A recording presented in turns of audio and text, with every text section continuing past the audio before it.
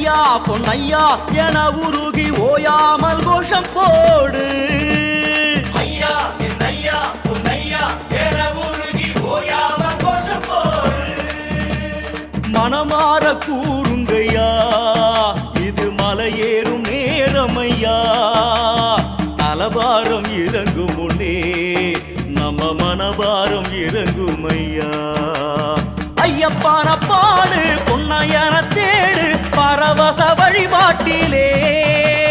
கட்டுங்கட்டி சபரி காட்டு வழியேறு குருசாமி துணையாகவே. ஐயா என் ஐயா பொன்னையா என உருகி ஓயாமல் கோஷம் போ.